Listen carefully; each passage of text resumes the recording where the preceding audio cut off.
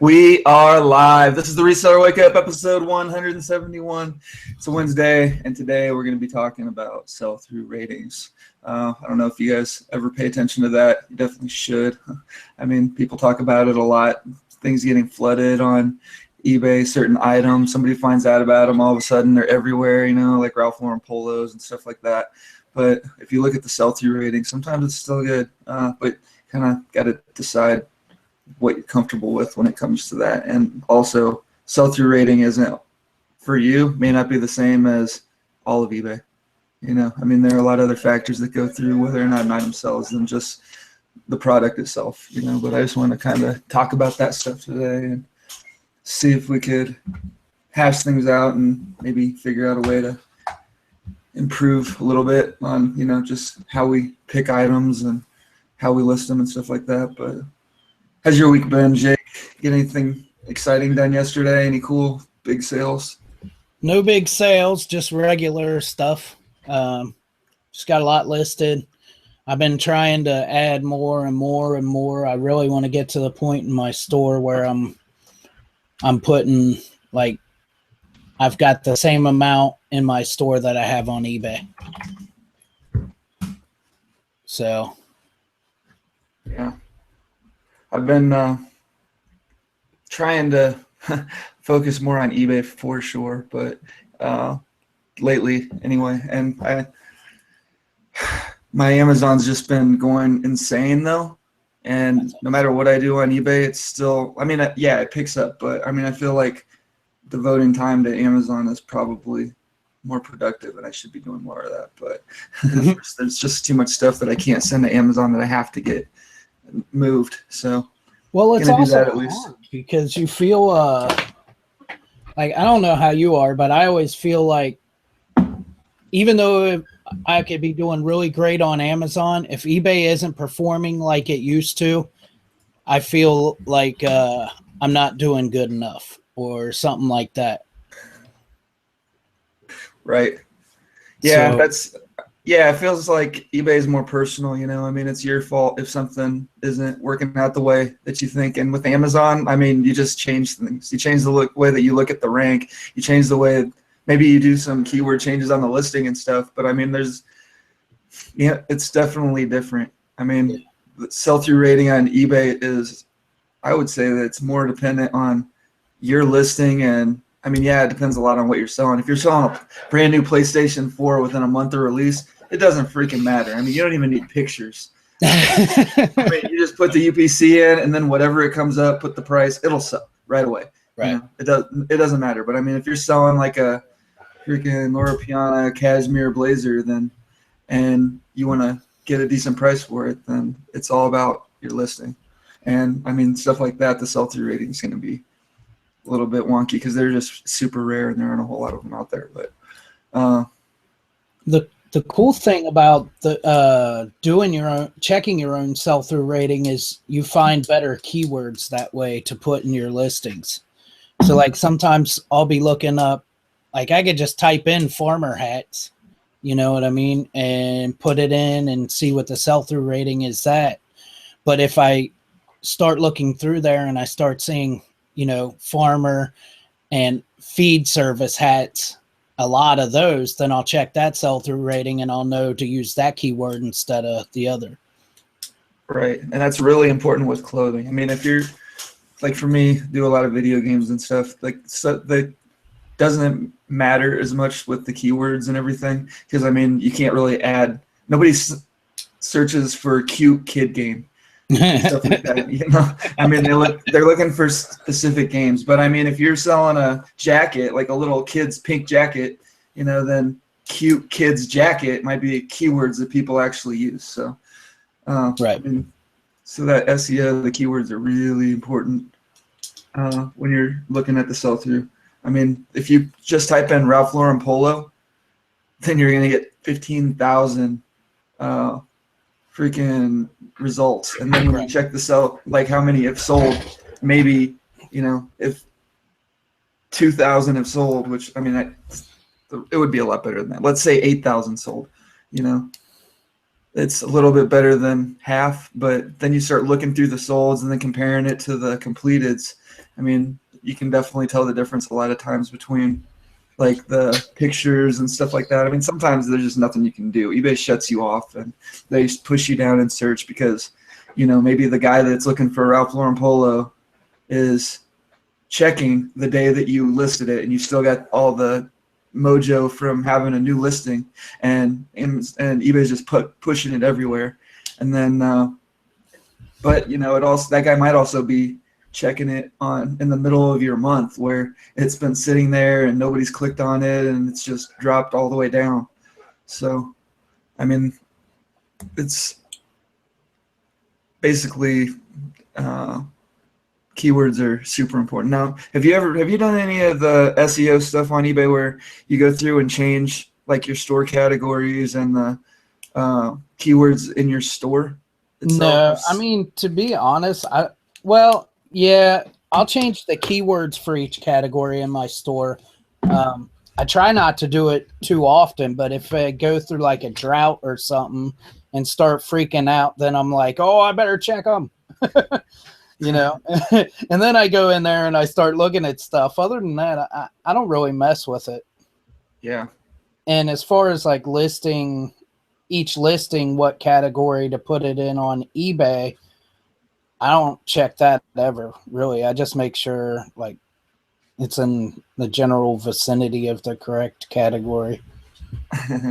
I mean, what do you mean by that? Okay, so like I list a lot of hats, so it'll be, I'll put it in hats unisex or men's hats, or you could pick vintage hats or sports memorabilia or this and that. And I mean, everything goes in hats because people don't go to specific categories to look for stuff usually. Right. Well, they just type it in the big search bar on top and it'll come up. Yeah, basically. But I mean, all that stuff is part of your keywords too. So, I mean, if somebody's looking for a vintage hat, then they're more likely to find it in the vintage category, I guess, because it would push the search up or push it up in the ranking for that search. But talk for a second. I gotta read what Chad just sent me a message. So. The cool thing I like about the I don't know, dude. I just lost my thought. Okay, so basically Chad just sent me a message asking about the UPCs and why, if eBay wants us to use UPCs, when you put it in, you get that automatic thumbnail that it's even, most of the time it's even too small that eBay won't allow you to use it. Like you'll get an error in your listing if you try to use their thumbnail. I have wondered about that myself. That's why the first thing I do when I put in a barcode is scroll down and click delete on the stock photo. I don't even look at it. I don't think I've ever used a stock photo. Actually, I take that back. I for a while there, I was doing it when I first started listing like DVDs and stuff like that. But then I quickly realized that people want to see exactly what they're getting. So I started just taking pictures of everything. And plus, you know, stuff like that, it seems like the stuff that's so easy that I would use a stock photo. I might as well just take my own photo because I can literally sit there and take 100 photos an hour of that type of product. And it's not even anything. You don't need great pictures. You can just stick it on your desk or something or on your tablecloth or whatever and snap a quick one. I mean, it's, I don't know, not that important. But as far as back to sell through though, I mean, I was actually on eBay this morning just kind of doing research for the topic, looking at like some of the stuff that people post a lot, the kind of things that I see in the groups all the time. You know, it's like, what would you sell this for? Or should I buy this? Is this a good pick? Blah, blah, blah. And most of the time it involves clothing, right? I mean, every once in a while you'll see something weird like some commercial restaurant equipment or just something that's kind of off the wall, some little porcelain figure or something. But most of it tends to revolve around clothes. And I feel like if you learn like how to look up clothes, then you'll be able to dial in basically what you've got, and then you can kind of use that to improve your sell-through rating by putting the right keywords in there, and of course taking really nice pictures. Now, when you just do hats, right? Do you do a lot of clothing or anything?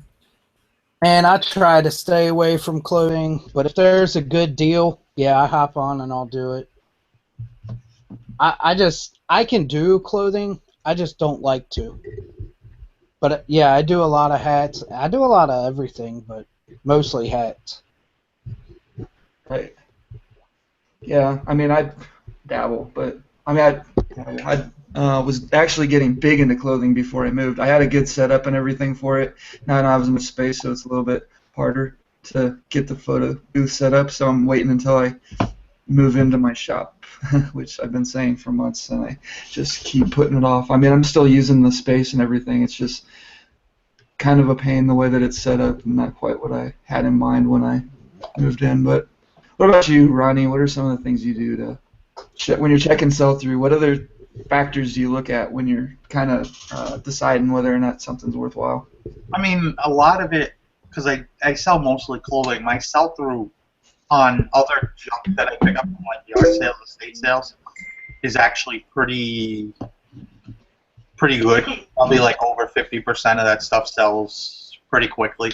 It's the clothing that's a little slower. I probably run between like 18 to 25% most months. I have about 800 listings, and I sell anywhere between like 160 and 200. So it would be right in that 18 to 25% range off the top of my head.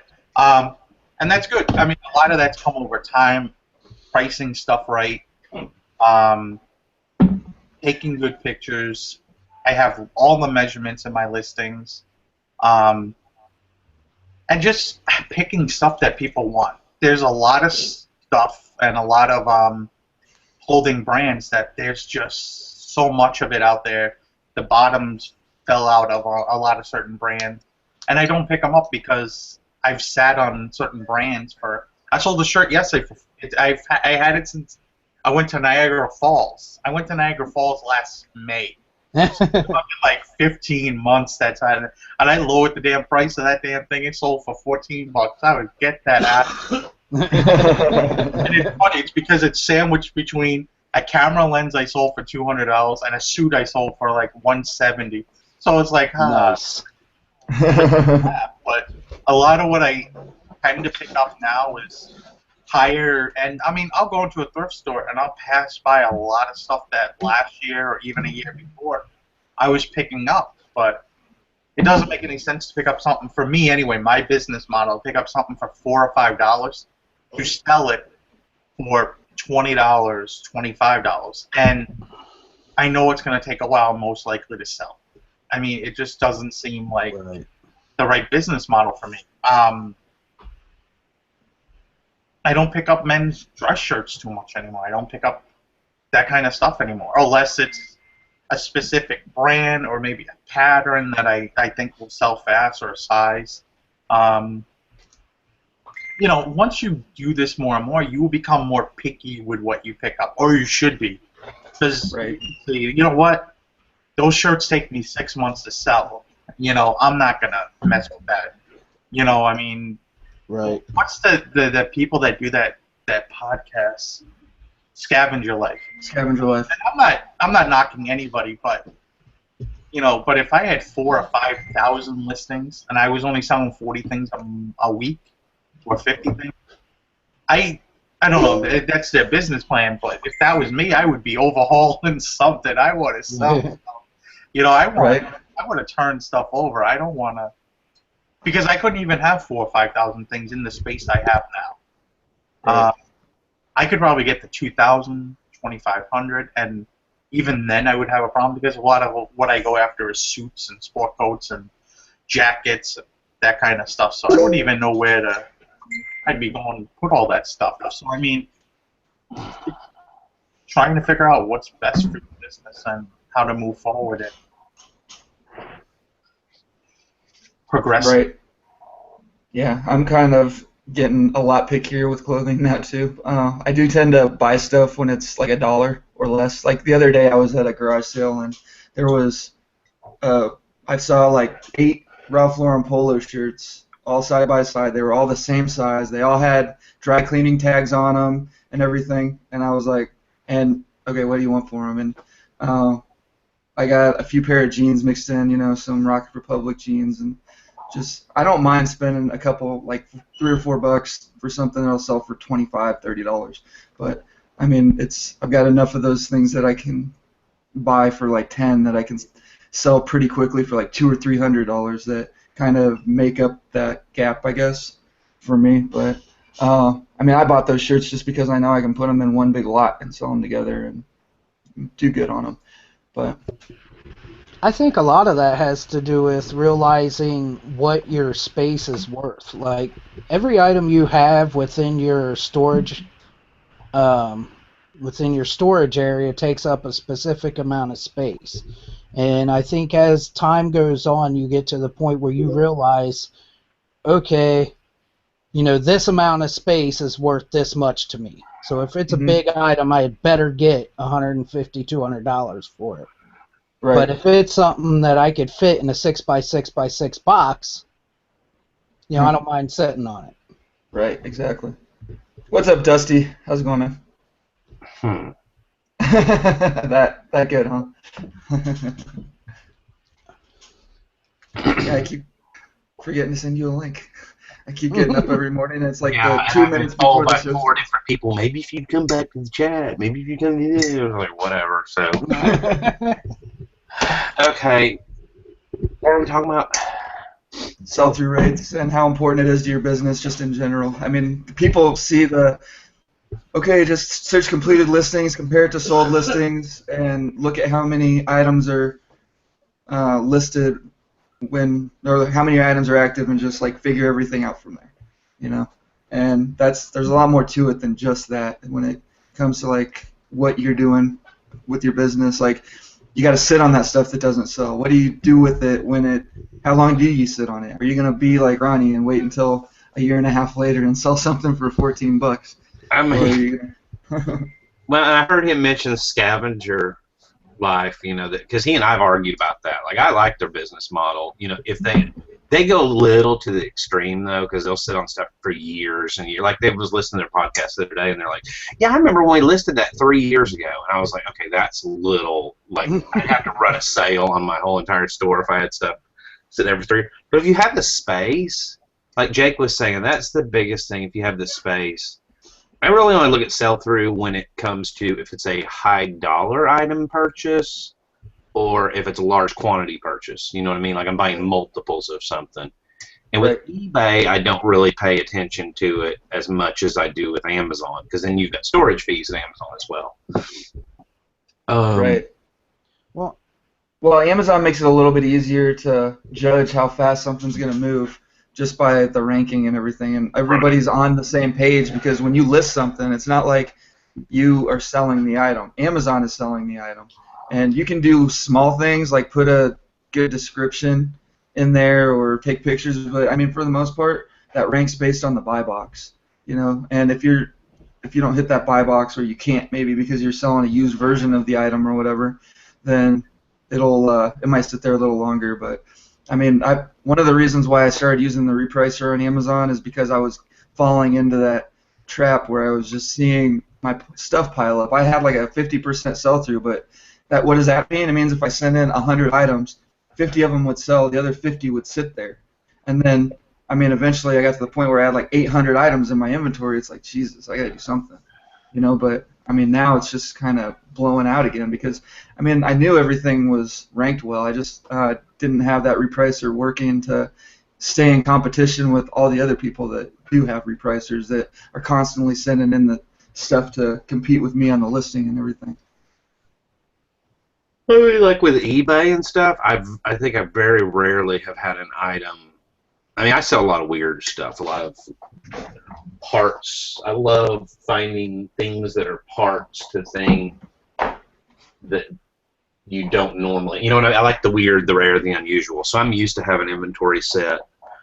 Now, if it's been there a while, and I finally get an offer, even if it's a lowball offer, and Deb and I were talking about this the other day, even if it's a lowball offer, if it's somewhere where I'm still going to make money after shipping and everything else, then I'll just totally, and it's been sitting there 6 months, oh yeah, it's gone. You know, I may not even counter offer, try to get them up a little bit. You know, if it's something like that. Does it make sense? My sense. Oh, yeah. Good.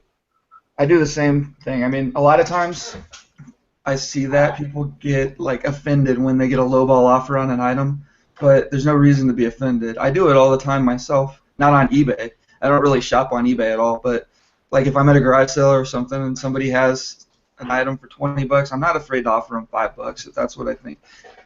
And like this weekend, I saw this dude. He had a PlayStation 2 with like 20 games. I looked at the game. He wanted $130 for everything. I looked at the games. There wasn't a single game in there worth more than like $4 or $5. And I was just like, yeah, shooting for the stars there, buddy. He's like, oh yeah, well, make me an offer. I was like, dude, I can give you like $25. He's like, oh, I don't think I can do that. That's a little bit low, don't you think? I was like, no, I really don't. Sorry. Peace out, man.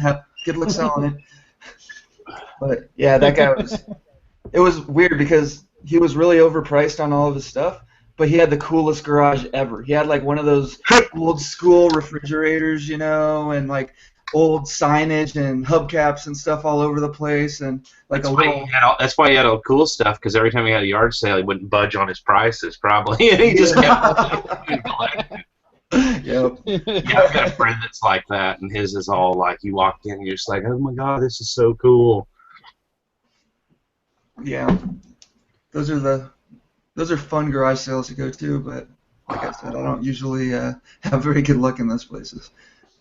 Actually, there's also two different sell-through rates to consider. There's your own sell-through rate of how much of your inventory are you selling through, and then there's per product selling rate. Yeah, my sell-through rate's horrible on eBay. I mean, mine is great, but I also do. Mine's very unconventional on eBay, and I do 7-day listings, buy it now, best offer, and I relist my entire inventory at the end of 7 days. And I have reasons for doing that we can go into in another show, but it works for me. So if you look at it from that standpoint, my sell-through rate probably sucks to the average person. Right. Right. If I did like a lot of people do and do 30-day on everything, then it might look a little better. So yeah, but I know exactly. Yeah, I mean, I know exactly what you're talking about and why you would do that, and I've thought about doing it myself. I've messed around with it and I've had pretty good luck, but I mean, like I was saying earlier about the mojo you get when your listing is new or when it's about to end. I mean, if you're doing 7-day listings, then you get all of that boost all the time, constantly, and that can help improve your sell-through rating quite a bit. I mean, I can't tell you what the percentage of my inventory is that sells like either when I first list it or especially when it's about to end, but it's high. I'd say probably half of what I sell is sold randomly, like in those time frames, either when I first listed it or when it's about to end. And that's exactly why I do it, because with the 7-day, you get the first 2-day bump, you get the last 2-day bump, and you got those 3 days in between where you just run a sale on everything, and so you've got Cassini or whatever you want to call it, Blue Door, Red Door, whatever, likes you for all 7 days, essentially. Right. I pay a little more in fees because I usually go over my. How many do I get? I'm on the $59.99 store. Was it like $500 a month or something like that? Yeah, I think so. Okay, and at one time I had 200 listings in my inventory. So if I'm listing those at once a week for 4 weeks, that's 800. I'd usually go over by 200 or 300 listings. But you know what? For me, it's the price of doing business. Yeah. It still wasn't quite worth going up to the next store, and then this last week I got lucky because they did the free 500 listings. So I'm like, hell yeah, I'll activate that, save me a little money. Right. And plus, I was almost at the point where, like, before I moved, I was going to activate the store that you're on just because, like, I was listing enough on eBay that just the number of listings that I was putting up would have saved the money. You know, like the Right. 5 cents less per listing. Because, I mean, when I was doing video games and stuff like that, it didn't matter. DVDs, media, books, 5 cents to list that stuff. So I would list that stuff all day, and I didn't care what my store level was. But, yeah, when I just went with that $15 store as soon as I started listing more odds and ends, and just gotten to the point where it was time to go up to the next one. But Well, I hear a lot of people, my stuff's not selling, and I hear a lot of people doing, and I'm not saying that it's not the right way. You got to do what works for you, but I see a lot of people that go, oh, I do good till cancel, or I do 30-day listings on everything, and I'm just sitting and wonder if that might be part of the listings become extremely stale. I believe that is a lot of the problem. That and other myriad of other things a lot of times, but I don't do good till canceled on anything. I double check all my listings when I go to relist them, and there are times where I'll have horrible pictures on something. I'll go and it's like, man, this picture, I could do better than that. Maybe I was having a bad day, or maybe it's something from 6 months ago. I mean, my pictures a year ago versus today, and even 6 months ago versus today, it's like, wow, crazy. I mean, they've gotten way better. But, I mean, that's helps a lot to have good pictures. That's maybe the most influential thing in your list. Like, one of the main reasons your item sells is because you have good pictures. And I try all kinds of different stuff too. Like I listed something the other day where I modeled the jacket myself. I just took my camera and put the timer on it and just took a bunch of pictures just to see how it would do. And it was the first time I'd ever done that. And I mean, it got a lot of attention, but it hasn't sold yet. So I didn't do it with anything else. did you do pouty duck face in it? I did not do pouty duck face in it. And that's why it didn't sell. Yeah, I should have done pouty duck face. You know what? When it doesn't sell and I have to relist it, then I'll just take another picture. And you don't even have to have a lighting kit, but it's funny, and I know I've mentioned this before, but that little lighting setup, which is really just a table with, whatever. But as far as the 2 soft boxes, I was just too cheap for years and years and years and years. I used one of those hardware aluminum clamp-on lights, which are great. There's nothing wrong with those, that have the clamp and the big aluminum, what I'm talking about. You stick any kind of little bulb in them. I used one of those for years and had glare on all my items, and I don't know how to use a camera good. I'm a shitty photographer, so everything always ended up having the flash on it, and then it had flash glare. And I bought those boxes finally, and it wasn't that big a deal. Those were a little bit higher than what you can even get umbrellas for. It was like $70 for the 2 of them. And then my pictures went like night and day. And my wife's like, I showed her the first picture after I took it. I was like a kid in a candy. I was like, 18 years it took me to get to this point, and like, look what my pictures look like. And she's like, why didn't you do that years ago?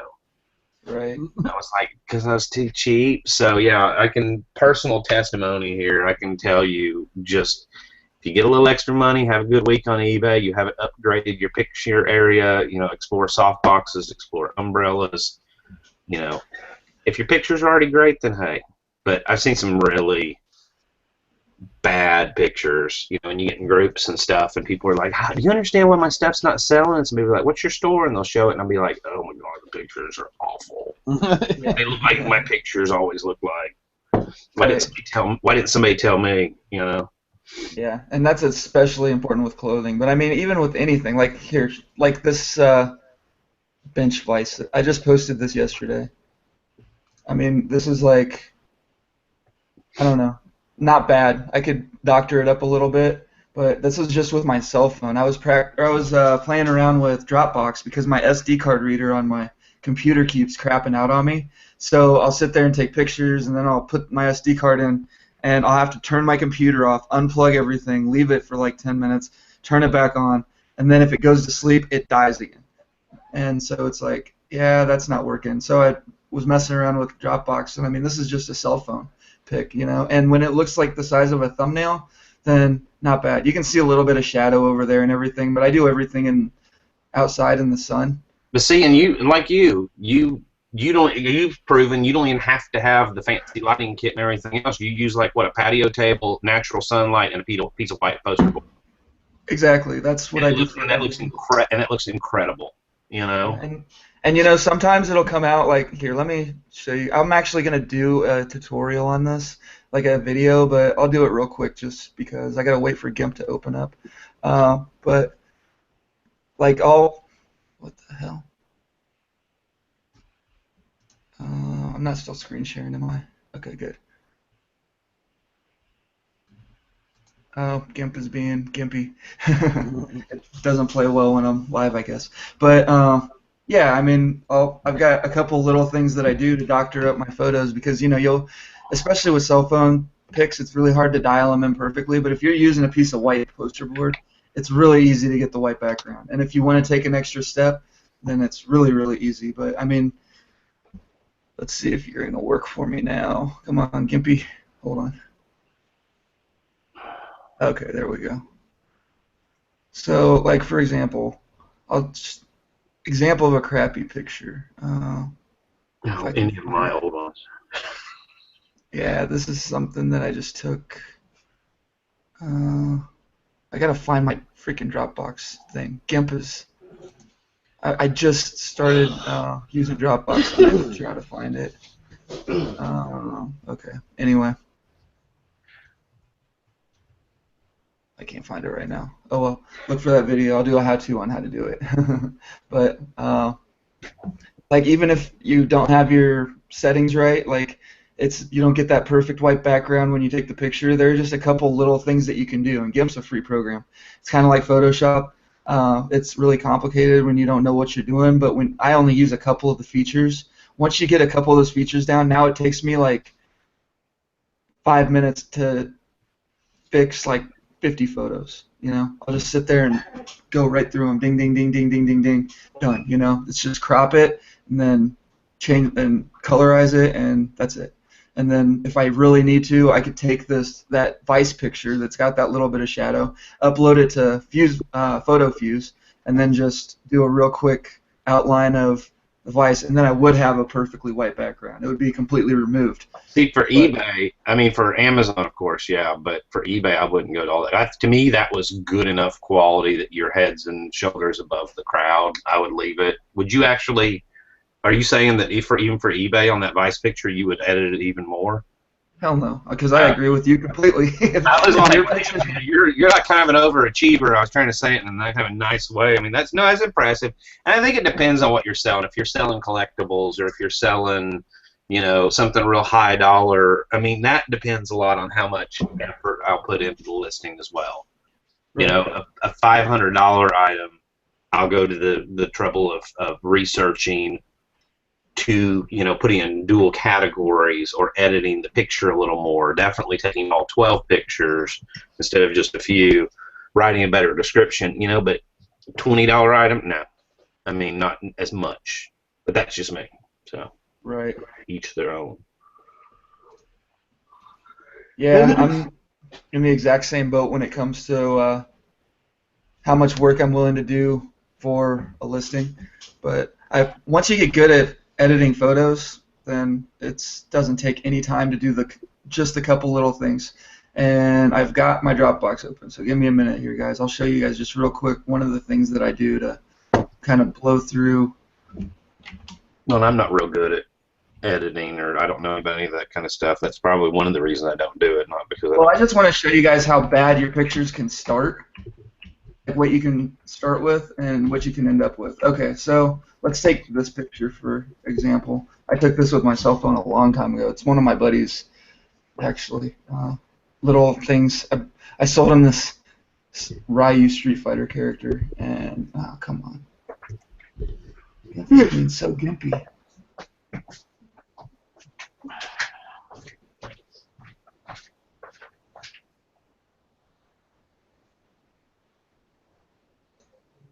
There we go. Okay. Here, let me see if I can screen share this.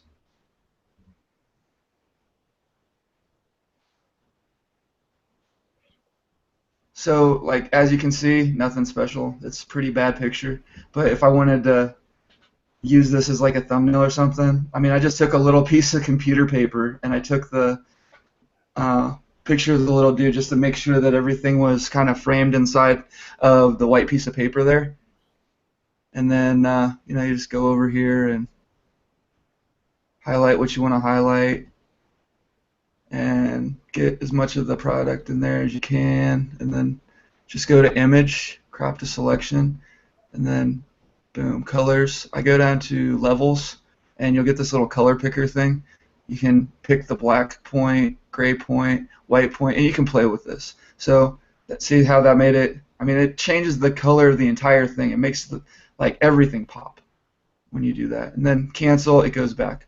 But go back to levels. Maybe I want to pick a little bit darker point to brighten it up even more. And now you've got a perfectly white background with like a little, just a cool little thing. But I mean, that's all that I do when I'm doing pictures. You don't need to start with you don't need to start with an awesome picture. You don't need to, if you just do a couple quick little editing things, then you can have a nice picture really fast, and just do that with everything. But I feel like the background is the background isn't even that important. I mean, there's stuff that I'll do where I'll use like a brick wall for a background. You know, like my patio's got a brick wall on the side of the house, so I'll just, like, if I'm selling a toolbox or a fishing rod or whatever, something that's too big for a piece of poster board, I'll just do that, and the stuff moves just fine.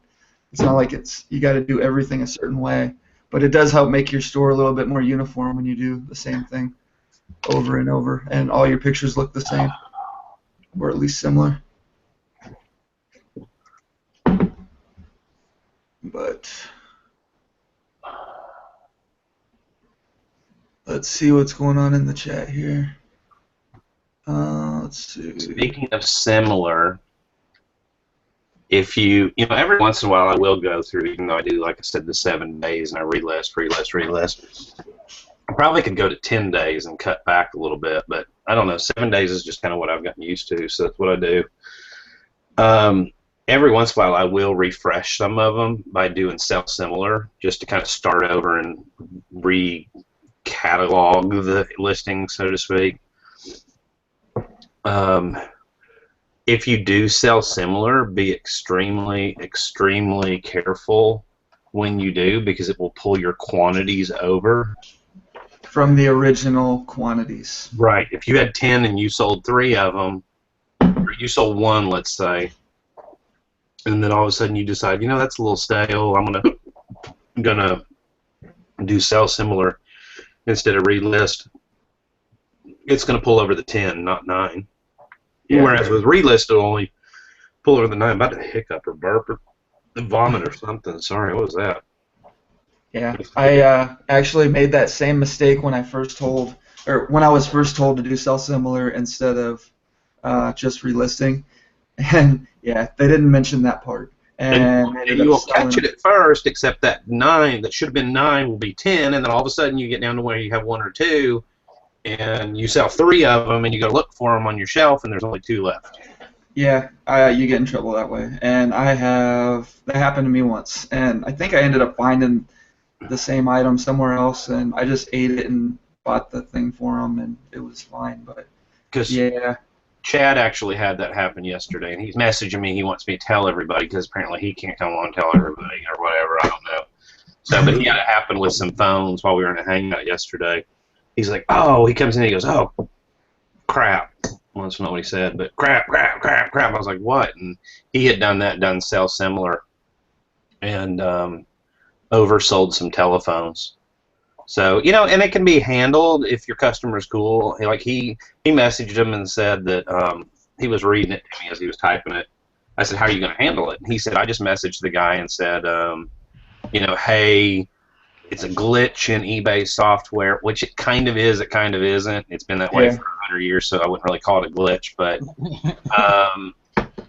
he said it's a glitch in eBay software. Somehow it relisted more than what I actually have. I'm so sorry. Would you accept I think like the 3 items together that the guy had bought. Chad only had 2, but they're like $150. Chad's like, I'll give you a 30 of your money back or whatever. Maybe he gave him a little extra. I don't remember. And the guy's like, yeah, that's totally fine. I'll still take the other 2. You know, so. Well, that's good. I mean, it's cool that his customer is cool. You know, me, I get the customer that's like, why would you advertise that? Yeah. Maybe it's just the way you're dealing with your customers, Dusty. Because it This is seems global. like you get a lot of those guys. I get all the global I- shipping and nobody speaks English. Yeah. I haven't had any issues with global shipping since I switched over to that 100%. When I was doing a mix, I had a couple issues, and when the global shipping program first came out, I had a couple of small little, well, not small. I got screwed for $200, but it was better than all the other stuff that I had to deal with from trying to ship the stuff myself, and then they've gotten better over the years too. So Alan S. asks, when selling books on FBA, we covered this in the show yesterday, actually. So if you go back and watch that, then we talked about it. However, we'll mention it again just for you, Alan. Do you suggest bagging books or wrapping them before sending them in? I polybag pretty much everything, especially like if it can come open or the jacket can fall off or I don't know. I just have these horrible visions of the book making it to the warehouse and somebody pulling the book out and then by the jacket and then it like slips out and opens up and cracks the binding and whatever, and the person then handling the stuff is just like puts it back together. I mean, if you just throw it in a bag and seal it, I mean, I've got that impulse sealer back there that you can see. I mean, the thing cost me $30. You can get a freaking what are those food savers? Does the same thing. You know, I mean, it's not long enough for some of the bags that I use, but I mean, it does the same job. I ordered an assortment pack off of Amazon and they already got the seals. You know, they're the peel and stick, and they got the warning label 6x9, 8x10. They came with 9x12s, and they came with 11x14s. I forget what it was, like 500 bags total. And then I also keep, these things do not stack. And then I also keep the little, these aren't comic book bags, DVD bags that you can get 500 of them for like $12.99. Don't have set cables on them, but it cost me less than half a penny to print them with the Dymo. Right. Somebody posted a while back, there was suffocation labels, or maybe it was on somebody's video. There was suffocation labels, hold on, your wish list, that were orange, and they were pre-printed, and it was actually cheaper than what I could print them on the Dymo. How do you Really? Yeah, it was, hold on, let me find it. Your wish list. So, not wait, W-I-S-H.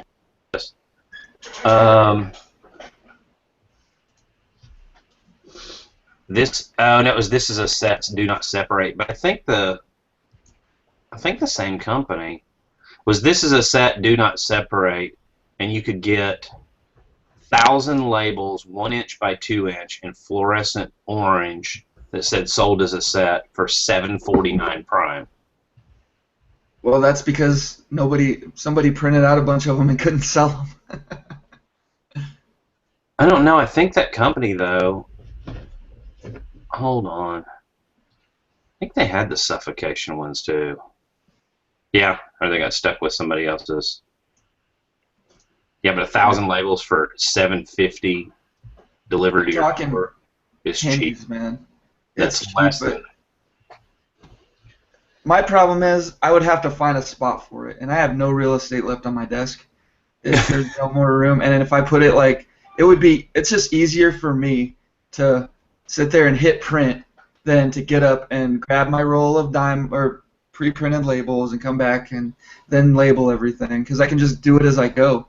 You know, it's like I print my barcode, I print my suffocation label, I print anything else that I need to print, whether it's ready to ship or sold as a set, and that's it. Sold as a set, I only have about 2 regular products that I use that on, so it would take me a long time to go through 1,000 of them. That's why I haven't got around to ordering them. Oh. Yeah, I mean, there are things that I don't bother wrapping, mostly like boxes of stuff or factory sealed stuff or whatever, you know, like if I was gonna send in this, for instance, I probably wouldn't bother.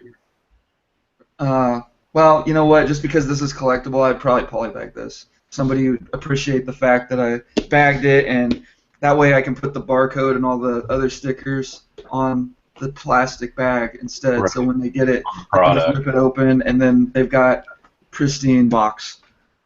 You know, I wouldn't have thought of that with that. see, I do it on box set. I do it on box set DVDs. I do it actually on all DVDs. The only thing I really don't polybag, and I used to not polybag anything for the most part. The only thing I really don't polybag is like cheap paperbacks, like under $14.99 type paperback. Right. I really don't go to the trouble with those. Yeah. I mean, I polybag well, not DVDs. I can't sell DVDs on Amazon, but I polybag the video games all the time, and they're. I just feel like people appreciate it. You know, they like that. So, it is what it is. You don't really have to do all that, but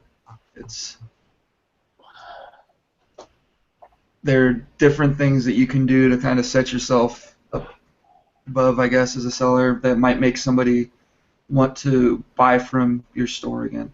You know, and it's the same thing with like eBay. I don't have a very high customer retention on eBay. It's actually abysmal. It's like 2%, but mostly because of the type of stuff that I sell. But I do have people that come back to me because there's just little things that I do when I'm like collectors and guys that are really hardcore. Just because I've done little things in the past, they're like, "Oh my God, I can't believe you did that." Or if nothing else, I'll get I'll get a positive feedback that I wouldn't have gotten otherwise. Like they would have just been like, "Oh, sweet, my thing's here." But when they open it up, they're like, "Oh my God, look at this packaging. This is awesome." Then they just feel obligated to hop on and leave me a positive. So Sabine was asking for a link to those labels. I'm gonna put it in the Reseller Wakeup Facebook group if that's cool. you can post it in the chat. Just post it here, and then I'll post it, and I'll be a direct link. Can I give an affiliate link? Yeah. Good, because that's what I already got. There's the short form that they give you, and that'll be easier to cut and paste. Yeah, There's so a link to it. And there's a link right there, guys. You can just click on that if you want to go and buy those labels or check them out at least. See what he's talking about. And yes, it's an affiliate link, but it's Dusty's, not mine. So maybe that'll make you feel better about because nobody wants to click my affiliate links. And how I find stuff like that is I can't remember how I found those particular. If you go down and look where it says customers who bought this item also bought, then it's amazing some of the stuff that you'll find down on that little line underneath it. Like here's some U-line suffocation labels. How much are they? Do you ever find? Do you kind of feel like you're getting a window into resellers' personal interests when you find the supplies, and then you start seeing some of the weird crap that they're buying? I mean, you really look. It's like a Scotty peeler. It's suffocation labels. It's some self-seal bags. It's more stuff. Right. It's a USB barcode scanner. It's a box cutter downer thinger. It's some ready-to-ship label. I mean, this is totally like FBA supplies. Yeah. So basically, so there you go. I mean, if you're kind of wondering what kind of stuff you need to start your FBA stuff, just look up suffocation labels and then check what other people are buying along with their suffocation labels. Because that's like the first thing I think that a lot of people get, like people suggest people to buy, you know. It's like, you need this, this, this, this, and this. And then when you start buying those or looking at those things, then you'll see everything else in the customers also bought section there. But, yeah, I don't know. I mean, just a quick recap on the whole sell-through topic. I mean, on Amazon, it's not as important. It's important, but, I mean, there are other things that you can do to tweak your sell-through just by, you know, changing pricing. And, I mean, I guess taking your own thumbnails helps a little bit, sets your listing apart if you're not shooting for the buy box, or if you can't get the buy box because your item is used. You know, little comments, you know, that makes it stick out a little bit. Be careful when you're making new comments though, like on new items. If you comment or if you say the wrong words, you can have your listings pulled because they don't actually even want you to post anything. I just post ships from Amazon's warehouse in the comment section if I do anything on new items, but as far as eBay, it takes a lot more. You got to set yourself apart. It's your listing. It's not you're trying to sell it. eBay's not trying to sell it. They just leave it in your hands. You got to do it all yourself. You know, you got to post those pictures, or you got to take those really good pictures. You got to take the have a good keywords, which I think is more important than anything. Do those, you know, if you're doing clothing, take measurements. That's more to mitigate returns than anything, I feel like. But I mean, when it comes to the description, you guys, besides loading up on keywords, I mean, do you guys do really big detailed descriptions? I mean, do any of you do the huge paragraphs of paragraphs and paragraphs with a bunch of HTML and all that other crap that tells you tells everybody your life story and exactly what they need to do and blah blah blah blah blah. I mean, it's literally like 3 sentences. This is what's for sale. Look at the pictures. Check out my other auctions. Yeah. You know, I mean, it's all in 14 size font, Arial characters, I think. And I mean, if you're ever on mobile, just do that sometime. If you're not sure about your descriptions, go on your phone and check your own listings and see how it looks like on your phone. I mean, like for me, it doesn't look as good when you're on a computer, on a PC, but it still tells the people everything they need, and they've already clicked on the ad by the time they get to that point. So the first thing they see, which is the pictures, the condition description, the price, the shipping, all that stuff, they kind of already know what they're going to get. And if they get down to the description and all the relevant information is right there, then I feel like they're more likely to buy it. But I mean, if you are on the cell phone and you click my description, it just fills up the screen with just the information. You know, Yeah, you don't have to scroll through or any of that stuff. None of y'all use Optiva. That's probably pretty helpful. No. But and then what was the other thing? Oh yeah, personal sell-through for your own business. I don't pay too much attention to what's been sitting there for years, years, yes, months now. But you know, I'm like, for me, I just doctor or redo the pictures sometimes, and you know, obviously I'll play with pricing. I mean, I'll buy something for $20 and try and sell it for 80 or 100, and I might end up having to sell it for like 45 at the end of the day, you know, and don't do that a lot, but if it's something that when I buy it, it's like, yeah, this is going to sell fast, and then it ends up not, then I'm going to do what I got to do to get rid of it. I'm not going to sit on it forever. But anybody got anything to add before we get out of here? Reseller Pulse is on tonight, right, Ronnie? What are you guys talking about? No say. Your mic isn't. You're not muted, but can't hear you. I don't know what we're talking about. I don't remember. I think we're still through rate, but you know, no, just kidding. I don't know. Now he's getting mad, and we're glad we can't hear what he's saying. Absolutely. Oh, wait a minute. I can't hear. I hear him. I think it's just you. I can hear him. Well, I could. Can y'all hear me? Yeah, I hear you fine. Ronnie, say something. Fuck you. Only Ronnie. Did you hear that? That came through. My headset died. My mic was muted. I thought. Now. Awesome. Good job, Ronnie. So is Paul totally shut down? I think Paul's frozen. No, he's not frozen. Can't sell frozen. I'm restricted. So, in closing, since apparently Paul is not speaking or frozen or ignoring us or whatever, Paul, are you there? Okay, he's having issues. So in closing, figure out what works for you. Figure out what works for you. If it means to list your stuff for 7 days and relist every 7 days, and that works, great. But if you're spinning your wheels and your sell-through sucks or whatever, swap it up a little bit. Try something new. See if it works. If it doesn't work, go back to what you were doing. You're no worse off than you were before. Thank you for coming, Bitcoin.